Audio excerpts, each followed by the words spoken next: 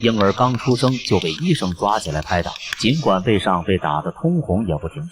此時的嬰兒也已經沒有了呼吸，還要掐住他的嘴巴，把管子放进去来回搓。嬰兒剛出生居然就被這般折磨，看着實在让人气愤心疼。看似虐待嬰兒的行为，其實這是在救他，只因嬰兒剛出生就被媽媽扔進下水道裡。當救助人員發現時，已經奄奄一息。為了不傷到嬰兒，救助人員只能一點一點地掰開管子，而管子發出的味道更是奇臭無比，這給他們增加了非常大的難度。不過在他們的一番努力下，終於把嬰兒救助，為救助人員點個讚，然後急忙送來醫院搶救。由於嬰兒在下水道裡的時間太長，加上下水道裡的水和污垢把嬰兒的喉嚨堵住，現在也已經導致嬰兒没有了呼吸。醫生也是在争分夺秒的搶救，根本不敢有一秒的停手，更不敢有一點鬆懈。但凡停一秒就有60分的危險。看醫生的手段很危險，其實一點也不安全。雖然醫生的做法有些粗暴，但只要能救醒嬰兒，完全不在乎。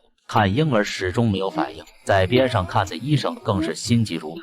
醫生做了一個比危險更可怕的事，直接拿針刺進嬰兒的臍帶裡，試着用藥物注射進嬰兒的體內把他弄醒。反正能用到的方法也全都給他用。現在嬰兒已經嚴重缺氧，要是不及時救他，可能就要離開這個美麗的人間。儘管把管子放進喉嚨裡去把髒東西吸出來，和不停地給他打氧氣進去，可嬰兒始終沒有任何反應。無奈的醫生又只好抓起嬰兒的腳落起來拍打，看嬰兒的小身板都要被打得散架。剛出生的嬰兒骨頭本來就軟，加上肉又是非常的嫩，非常容易導致骨折。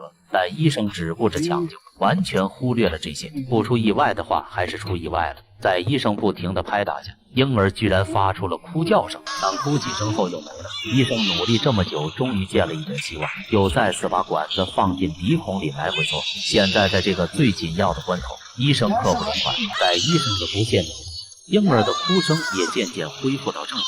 現在嬰兒有了哭聲，說明就已經救回來。此时醫生緊繃的心也終於落下，也為醫生送上一顆愛心。要是救助人員晚發現1分鐘，或許嬰兒就真的就不回來了。所謂大難不死必有後福，相信嬰兒長大以後必定有福氣。